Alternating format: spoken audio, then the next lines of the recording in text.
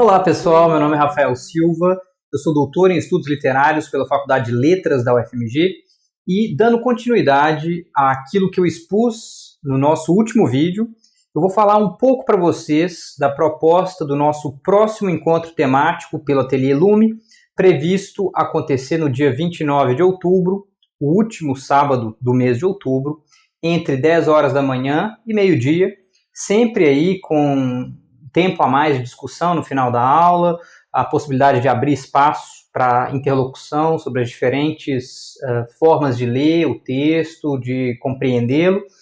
E nesse encontro nós vamos debater por que ler a Odisseia. Então essa vai ser uma exposição sobre os temas principais da Odisseia e aquilo que eles têm a nos indicar, a nos dar a pensar ainda nos dias de hoje, com o objetivo de preparar o terreno para quem quiser se debruçar sobre essa grande obra da literatura. Eu resolvi gravar esse vídeo falando um pouco sobre questões formais da obra, tendo em vista a questão da tradução.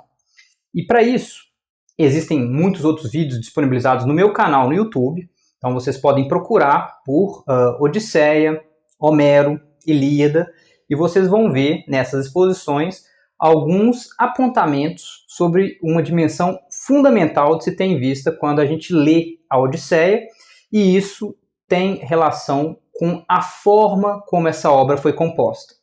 Porque se para nós hoje parece evidente que ela é uma obra escrita para ser fruída por meio de uma leitura silenciosa, num escritório como esse aqui, silenciosamente, portanto, de forma solitária, para os gregos antigos isso certamente não era o caso.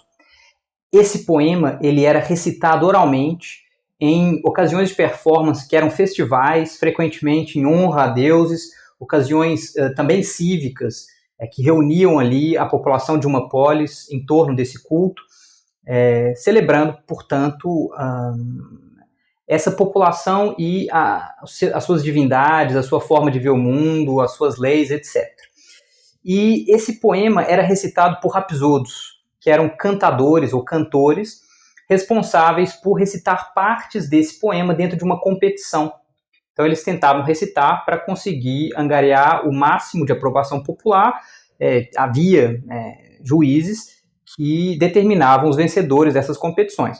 Mas o que nos interessa aqui é compreender que certas questões formais do texto da Odisseia tem mais relação com essa forma de composição oral do que propriamente com aquilo que vai ser feito dentro de uma literatura escrita, com um autor que é, portanto, responsável por colocar certas ideias a partir de uma subjetividade muito específica, que faz questão de se demarcar, porque essa, então, era uma tradição de poesia oral transmitida ao longo de séculos e que, portanto, trabalhava com, por exemplo, fórmulas poéticas, que são basicamente determinadas palavras que aparecem em partes específicas do verso e que ajudam esses cantadores a improvisar no momento de apresentar as suas canções.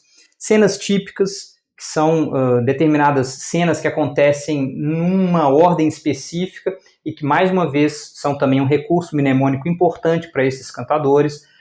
E assim por diante. Tá? A gente pode pensar aí nos símiles, que são as comparações, e em outros aspectos formais que podem parecer estranhos, repetitivos, às vezes algo ingênuos para alguém lendo esse poema nos dias de hoje. Isso causou estranhamento a mais de um leitor ao longo dos séculos, mas que, compreendidos à luz da forma como esse poema foi composto e transmitido ao longo de séculos, isto é, por meio de uma oralidade que jogava muito com um elemento de improviso segundo cada ocasião de performance, a gente começa a compreender que se trata, portanto, de uma outra forma de entrar em contato com a poesia, entrar em contato com a criação humana, com a criação verbal. Tendo isso em vista, nesse vídeo eu vou ler para vocês o que é chamado proêmio da Odisseia, que são os primeiros versos, nos quais o tema principal da narrativa nos é apresentado. Vou ler em grego antigo, para vocês escutarem a sonoridade possível do hexâmetro datílico, que é o metro dentro do qual esse poema foi composto. e então apresentar para vocês uma série de outras propostas de tradução, dentre elas uma para o alemão, do Voss, que tenta recriar o exâmetro datílico por meio de uma série de recursos próprios do alemão, e depois tradutores para o português, brasileiros, sobretudo brasileiros, tem o Frederico Lourenço, que é um português, e que tentaram valorizar, às vezes, mais um aspecto poético da oralidade, às vezes mais uma fidelidade à letra do texto, então tentando manter o máximo possível de palavras, às vezes tentando, nessa fidelidade à letra do texto, manter ali aspectos da sintaxe do grego antigo, às vezes não, às vezes buscando a clareza para o leitor de língua portuguesa, e assim por diante.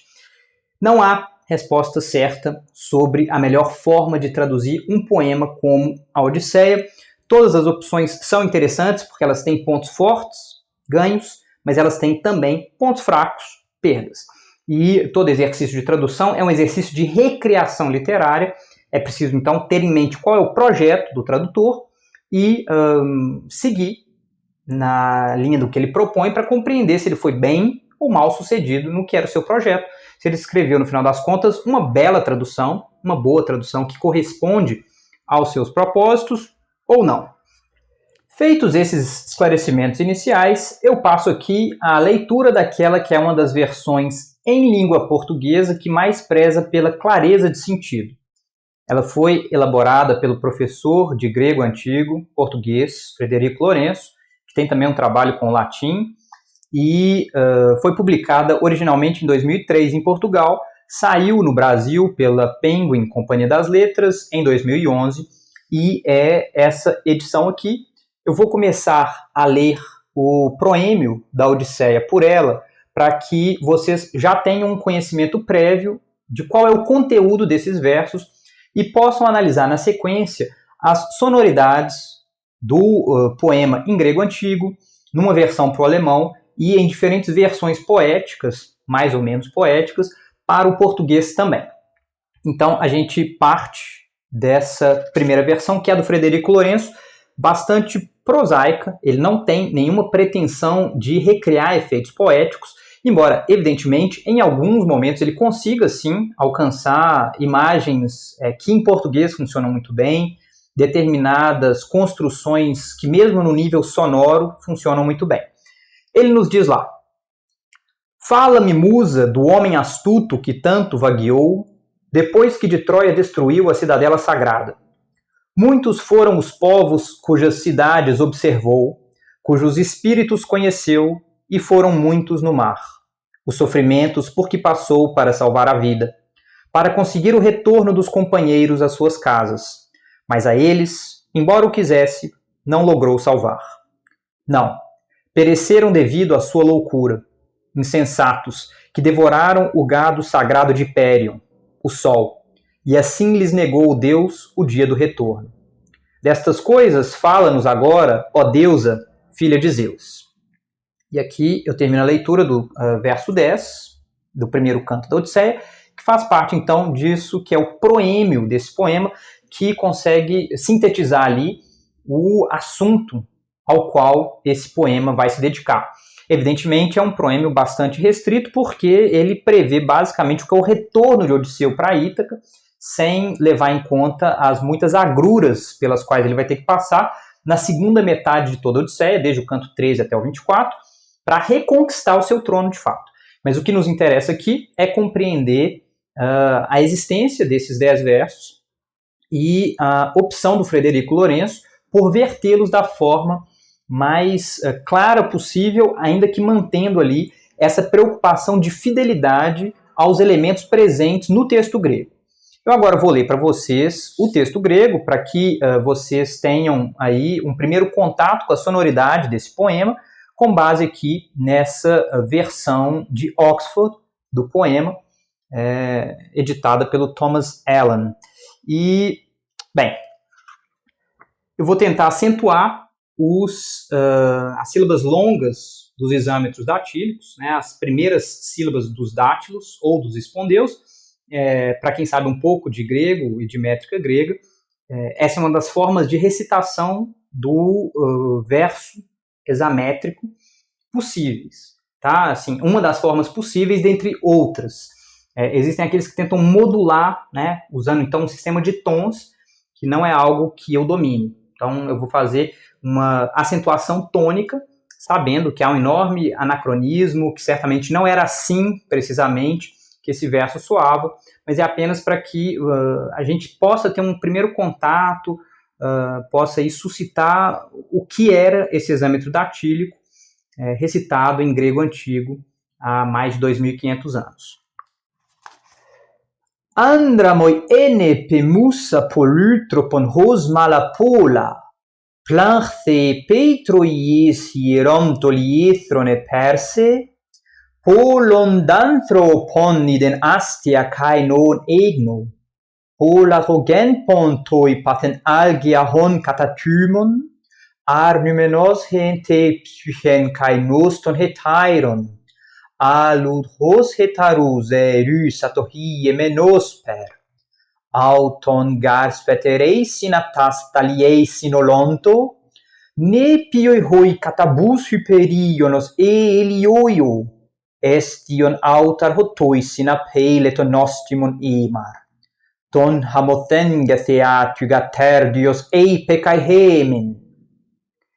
Então vejam que tem essa ideia de, quando a gente se atende simplesmente ao som, uma malha sonora que é criada quase como de ondas à beira do mar, que se levantam, se levantam, se levantam, chegam ao ápice e pouco a pouco caminham para o fim.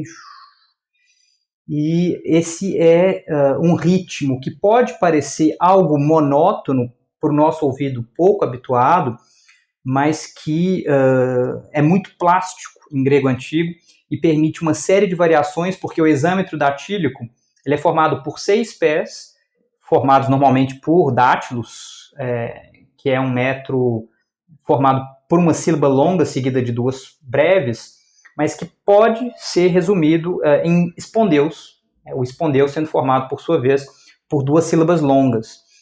Então, isso, contando aí os 6 pés, dá a possibilidade desses cantadores variarem dentro de um mesmo exâmetro datílico algo entre 13 sílabas, não é? 13 sílabas, no limite, mesmo 12 sílabas, considerando a possibilidade de só haver espondeus, então entre 12 sílabas e 17. Então vejam, é uma quantidade bastante considerável de variação aí, de margem de manobra para esses cantadores dentro da tradição examétrica datílica, e isso gera muita variação possível, tá? Então é bom ter isso em mente. E mesmo quando a recitação se torna longa e esse ritmo pode eventualmente se tornar maçante para um ouvinte, há uma dimensão de quase encantamento, de suscitar o transe naquele que escuta esse metro que se repete, se repete, se repete, e que vai, portanto, conduzindo seu ouvinte a um estado de quase estático, né, de certa forma. Mas vocês tiveram, então, esse primeiro contato, e aqui agora eu vou ler essa edição na versão do Foz, tá? Para o alemão, para vocês verem como ele tenta recriar em alemão o efeito do exâmetro datílico, esse ta ta ta ta ta ta ta ta ta ta ta ta ta ta, que a meu ver é bastante interessante, tá? Enfim, o meu alemão está longe de ser dos melhores, aqui é um pouco só um exercício de fato. Eu peço desculpas por eventuais problemas, mas vejam que interessante. Sage mir, Musa, die Taten des vielgewanderten Mannes, welcher so weit geirrt nach der heiligen Troja Zerstörung, vieler Menschen Städte gesehen und Sitte gelernt hat, und auf den Meeren so viel unnennbare Leiden erduldet, seine Seele zu retten und seine Freunde Zukunft. Aber die Freunde rettete er nicht, wie eifrig er strebte, denn sie bereiteten selbst durch Missetat ihr Verderben, Toren, welche die Rinder des Hohenzonnenbeherrschers schlachteten. Siehe, der Gott nahm ihnen den Tag der Zurückkunft. Sage hiervon auch uns ein weniges, Tochter Croniens. Bem, e feita também essa leitura de uma tradução poética para o alemão, pelo Heinrich Voss, do início do século XIX, né, o finalzinho do XVIII ali, um momento de muita efervescência nas letras alemãs, do debate sobre Homero, sobre a poesia antiga, sobretudo de vertente grega. Ele estava, obviamente, em diálogo com o Goethe, em alguma medida com o Hölderlin, com Schiller, os irmãos Schlegel, e essa é uma versão, o Friedrich Wolf, obviamente, né, o autor dos Prolegomena ad Homerum, Friedrich August Wolf, que, por assim dizer, estabelece a questão homérica em bases modernas, e essa é uma tradução bastante reconhecida em língua alemã por sua excelência de recriação sonora, de capacidade de traduzir o grego para o alemão e, sem dúvida, está aí na base de algumas das reivindicações do neo-humanismo alemão, que são tão importantes para o desenvolvimento dos estudos clássicos no século XIX, mesmo até meados do XX. Feita essa primeira apreciação, eu vou apresentar para vocês agora uma tradução poética para o português feita por Odorico Mendes. Essa aqui é a edição em que a gente costuma encontrar, tá? Essa tradução do Odorico Mendes, ela atualmente pode ser encontrada em muitas outras edições. Eu, inclusive, nem sei onde está a minha, eu vou precisar aqui pegar um celular para lê-la. Deixa eu encontrar um segundo. Essa aqui é a minha Ilíada, do Odorico Mendes. Eu não sei onde foi parar a minha Odisseia dele, há muito tempo, lá pelos anos 2000. O meu primeiro contato com a poesia de Homero foi por meio da tradução do Odorico Mendes, que é uma tradução do final do século XIX, meados do século XIX, ali ele traduz por volta de 1860, e a Odisseia só vai sair de forma póstuma lá por 1920, né, final da década de 20, se não me engano, 28. Não foi uma tradução que fez muito sucesso, como a própria publicação póstuma indica, e o Odorico Mendes foi frequentemente criticado na época por traduzir de forma, segundo um crítico, macarrônica, criando uma língua poética própria para tentar reproduzir o efeito do verso grego, mas ele teve uma série de problemas, uma série de percalços nesse caminho, dentre os quais o próprio domínio do grego, não tão amplo quanto seria de se esperar de um tradutor, mas a tradição de tradução poética inaugurada por Odorico Mendes em nossas letras é reivindicada por outros tradutores, entre os quais o próprio Haroldo de Campos, o Trajano Vieira. Tem um trabalho de recuperação da obra do Odorico Mendes pela Unicamp, e portanto, um patrimônio das nossas letras. Vocês vão ver como a opção do Odorico Mendes por traduzir para um verso decassílabo, evitando muitas das repetições que a gente encontra, como eu sugeri há pouco, como características da poesia homérica de base improvisada oral, acaba decidindo cortar muitas dessas repetições e transforma o poema, de fato, em algo ainda mais novo do que no caso de outros tradutores, porque ele toma, de fato, muitas liberdades com esse texto. Vocês vão ver que essa é uma experiência poética profunda e relativamente difícil, porque o Odorico Mendes trabalha muito com hipérbatos, né? Então essas transformações na ordem da frase direta, às vezes ele joga o objeto direto para o primeiro elemento da sentença, às vezes o sujeito fica oculto e a gente não tem facilidade de reconhecê-lo, e por aí vai. Mas vejam como é o proêmio traduzido pelo Odorico Mendes. Canta, ó musa, o varão que astucioso, rasa Ilion santa, errou de clima em clima, viu de muitas nações costumes vários, mil transes padeceu no equóreo ponto, por segurar a vida e aos seus a volta.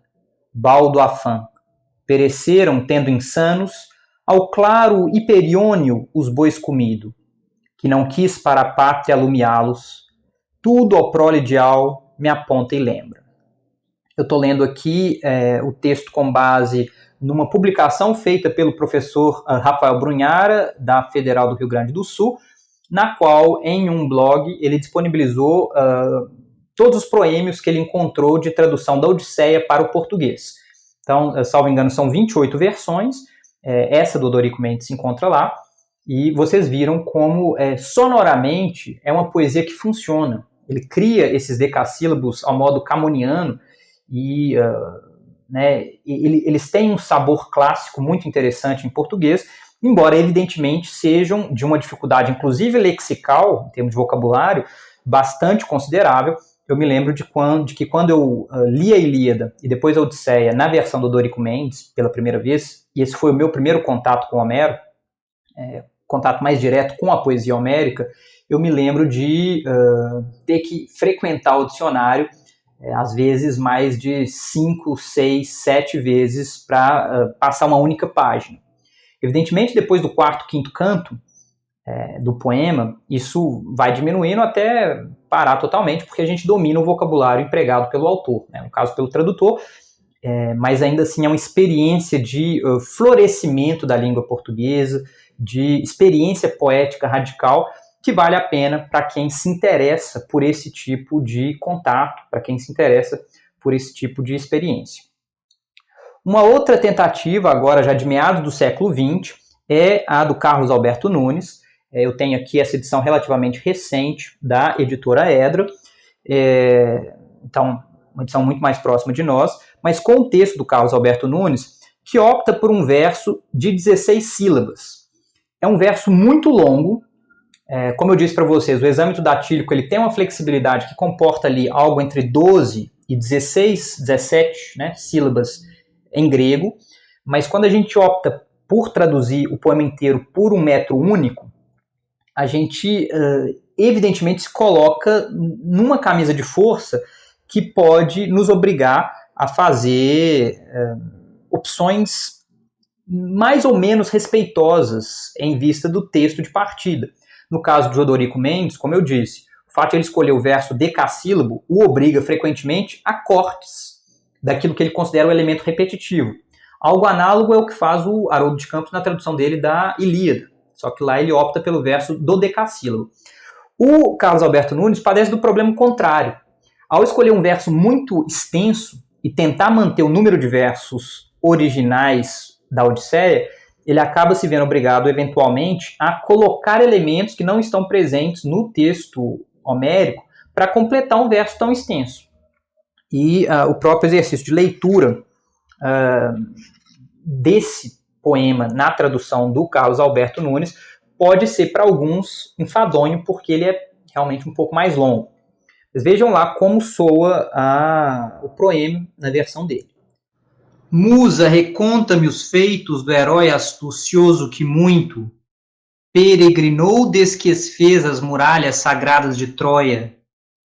Muitas cidades dos homens viajou, conheceu seus costumes. Como no mar padeceu sofrimentos inúmeros na alma, para que a vida salvasse de seus companheiros à volta. Os companheiros, porém, não salvou, muito embora o tentasse, pois pereceram por culpa das próprias ações insensatas.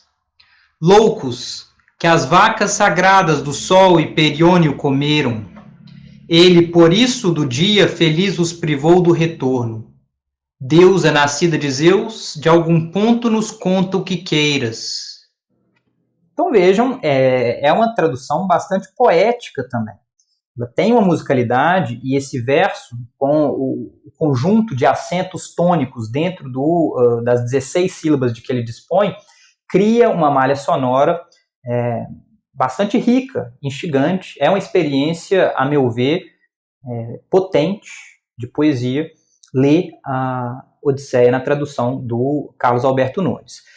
Uma outra opção de tradução que nós temos é a do professor Donaldo Schuller, também lá do Rio Grande do Sul, como o Rafael Brunhara, e ele publica aqui pela LPM uma versão bilíngue, isso é interessante, né? Então vejam, ele tem aqui o texto em português da tradução dele, acompanhado do texto grego, e isso é sempre uma boa opção quando viável em termos editoriais, para que mesmo pessoas que não conheçam o grego tenham ali um contato, né, acompanhem os caracteres e se sintam instigados eventualmente a estudar a língua. Atualmente, em várias das universidades federais e estaduais Brasil afora, nós dispomos de cursos de grego antigo, alguns deles, inclusive virtuais, que podem ser feitos para quem tem interesse em aprender a língua. E aí vejam como é a versão do Donaldo Schuller, que, salvo engano, não opta por uma tradução com metro fixo, ele opta por traduzir para o português de forma clara, mas mantendo um elemento que frequentemente se perde em outras traduções, que é uma dimensão algo cômica da Odisseia, uma dimensão algo popular. E ele faz isso enfatizando, por meio de escolhas lexicais, em passagens específicas, né, na representação, por exemplo, do Ciclope Polifemo, em algumas passagens do retorno de Odisseu à Ítaca, e vejam como a tradução do Donaldo Schuller soa em português. O homem canta-me, ó musa, o multifacetado que muitos males padeceu, depois de arrasar Troia, cidadela sacra. Viu cidades e conheceu costumes de muitos mortais. No mar, inúmeras dores feriram-lhe o coração, empenhado em salvar a vida e garantir o regresso dos companheiros, mas não conseguiu contê-los, ainda que abnegado, pereceram, vítimas de suas presunçosas loucuras, crianções. Forraram a pança com a carne das vacas de Hélio e Hipérion, este os privou, por isso, do dia do regresso. Das muitas façanhas, deusa, filha de Zeus, conta-nos algumas a teu critério. Então vocês vejam como a própria escolha vocabular aqui, né, crianções, para traduzir nepioi,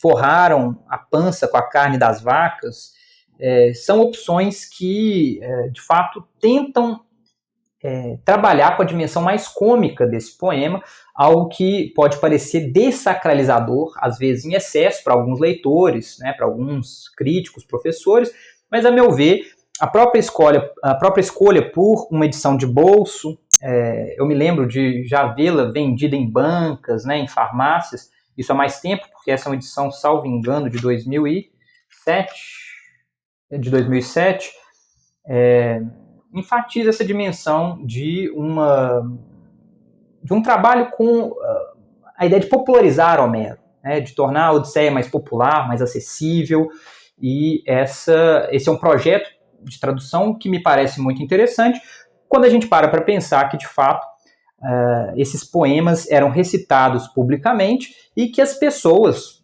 na Grécia Antiga, podiam ter acesso a ele de forma muito mais imediata do que hoje alguém que vai comprar um livro, sobretudo um livro mais pomposo, teria. Então, esse é um trabalho interessante do professor Schuller, que vale a pena para quem esteja disposto, né, esteja aberto a explorar essa dimensão mais popular, cômica, vulgar, no limite chula mesmo, da Odisseia. Tá? Então fica aqui feita essa sugestão.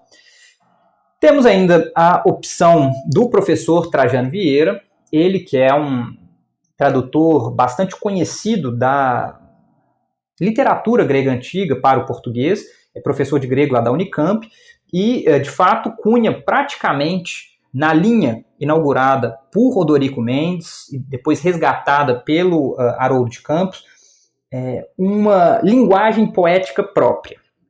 Alguns diriam a ideia de uma literatura traduzida em trajanês, né, então própria do próprio Trajano Vieira, e isso pode parecer, né, para as pessoas que têm um primeiro contato com essa literatura, algo difícil, porque ele às vezes translitera termos do grego antigo direto para o português, às vezes ele passa pelo radical latino, muita recriação vocabular, então com neologismos, e às vezes as palavras não são sequer dicionarizadas. Então, no caso de Odorico Mendes, por exemplo, as criações vocabulares dele já entraram nos dicionários.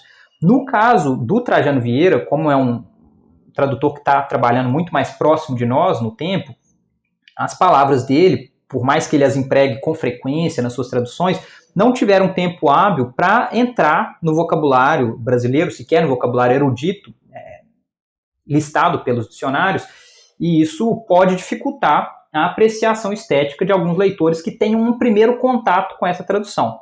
Então, eu recomendo as traduções do Trajano Vieira, sobretudo para leitores que já têm algum contato com o grego e com o latim, e ou leitores que já tenham lido as obras e queiram ter uma experiência poética diferente, mais radical, porque o Trajano Vieira, como o Haroldo optou lá na sua Ilíada, traduz esses versos para dodecassílabos em português, tentando manter uma equivalência no número de versos, então, traduzindo verso a verso, o que o obriga, inclusive, a ser muito sintético, a recorrer a expressões, às vezes, enviesadas em termos sintaxe, né? Então hipérbatos, e assim por diante. Tá? Vocês vão ter aqui agora uma experiência do que é o proema traduzido por ele.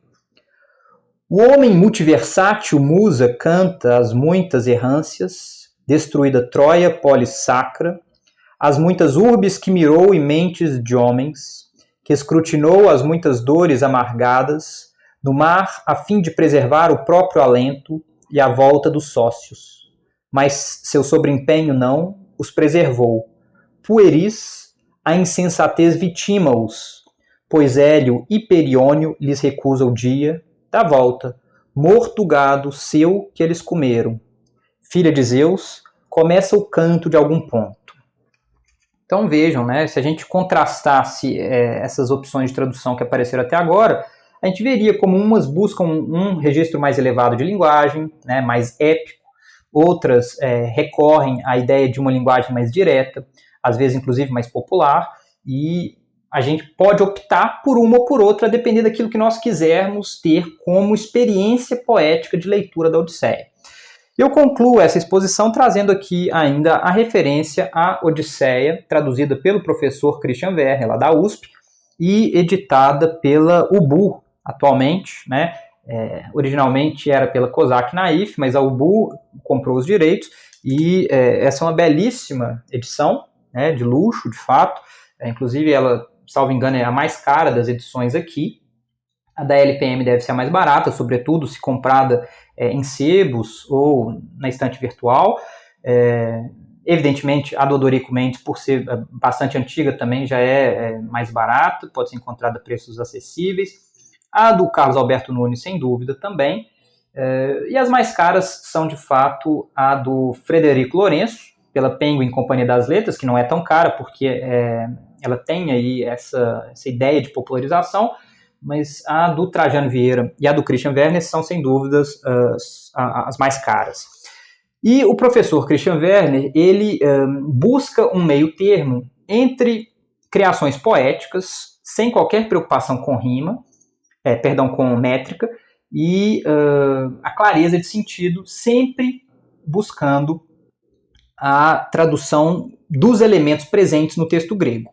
Então ele fica ali num meio termo entre Frederico Lourenço e Trajano Vieira, talvez, ou Carlos Alberto Nunes, mas mais próximo do Frederico Lourenço na medida em que ele não tem pretensões poéticas muito declaradas.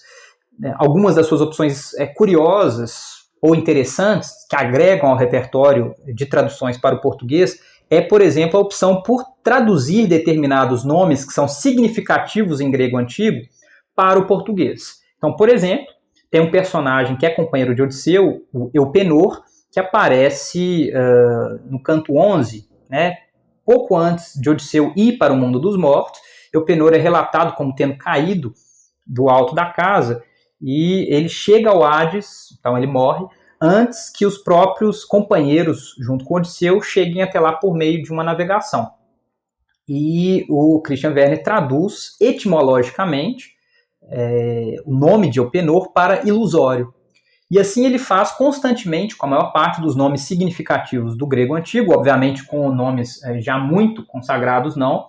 O próprio nome do Odisseu guarda uma série de ecos ali, com verbos como odyromai, odyrsemai, verbos ligados à lamentação, à dor, e isso está presente na construção da personagem de Odisseu como aquele que sofre muito, vocês veem, né, isso aparece inclusive no proêmio, mas que mesmo assim é capaz de resistir, mas obviamente traduzir o nome de Odisseu por qualquer coisa que buscasse reproduzir essa ideia seria bastante estapafúrdio, porque, enfim, descaracterizaria completamente o personagem. Em todo caso, vamos lá para a tradução do Christian Werner, do proêmio, tal como ele o propõe.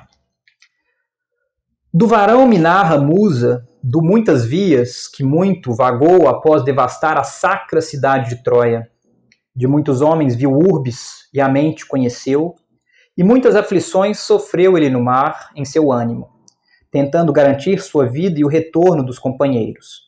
Nem assim os companheiros socorreu, embora ansiasse, por iniquidade própria, a deles pereceram, tolos, que as vacas de Sol e Périon devoraram. Esse, porém, tirou-lhes o dia do retorno.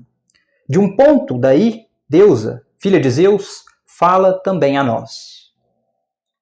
Então vejam, é uma tradução que não tem preocupação com a métrica e que recorre aí a diferentes expedientes já trabalhados ao longo dessa tradição de traduções para o português, como, por exemplo, usar palavras do étimo latino que não são imediatamente reconhecíveis, né, na linguagem corrente do português, como urbe, mas, ao mesmo tempo, buscar uma certa clareza sintática. Como eu disse, tem ali um trabalho de recriação dos nomes, tentando mostrar como eles podem ser significativos também em português, e é uma opção possível, a meu ver, mesmo para alguém iniciando um primeiro contato com a Odisseia. Bem, então aqui eu expus muito rapidamente quais são as traduções de que nós dispomos desse poema para o português. Existem outras, tá? Não muitas, mas eu sei que existem outras, inclusive, sendo feitas, sendo editadas agora, mas aqui a gente já tem um panorama básico. E, como eu disse no início do vídeo, não há opção correta ou errada em como traduzir um poema como a Odisseia, porque existem ganhos, existem perdas, e, a meu ver, como diz o Borges, num escrito maravilhoso sobre as traduções de Homero para outras línguas modernas, quanto mais traduções nós tivermos, maiores são as nossas experiências com facetas do texto homérico.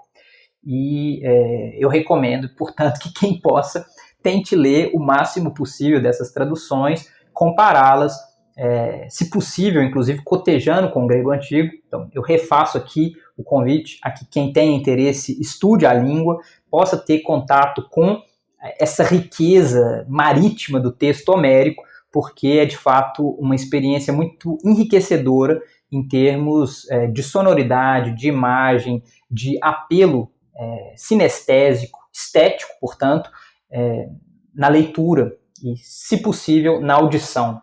Isso é algo que eu recomendo sempre.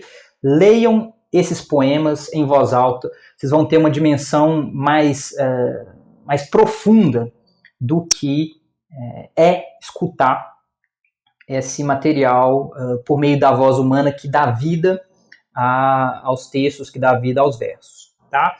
Então, eu fico por aqui, espero que a exposição tenha sido de alguma informação aí, e fica o convite para que vocês façam parte dessa aula, que vai ser Por que ler a Odisseia, lá no Ateliê Lume. Procurem o Ateliê Lume pelo Instagram, ou pelo site, né? Qualquer site de busca indica aí muito rapidamente o endereço deles na internet, e se inscrevam para participar dessa aula. A aula custa R$50, mas há bolsas sociais para quem precisar. Fica aqui o convite a todo mundo, e eu já anuncio que nas próximas semanas nós teremos leituras do texto da Odisseia em grego antigo, ao modo que eu propus aqui na leitura do proêmio, de todo o canto 9. É um canto fundamental em que começam a ser narradas as peripécias de Odisseu desde o fim da Guerra de Troia. Ele as narra, portanto, lá na corte dos Feaços, e é um dos trechos mais conhecidos do poema e mais admirados, os que se passam entre o canto 9 e o canto 12, com as aventuras de Odisseu narradas para os feácios lá na ilha de Esquéria. Então, quem tiver interesse, quem estudar o grego, fica aqui o convite. Vão ser leituras bastante alentadas, né? Mais de 1 hora de leitura, e espero que seja também do interesse de vocês. Um forte abraço e até a próxima. Valeu!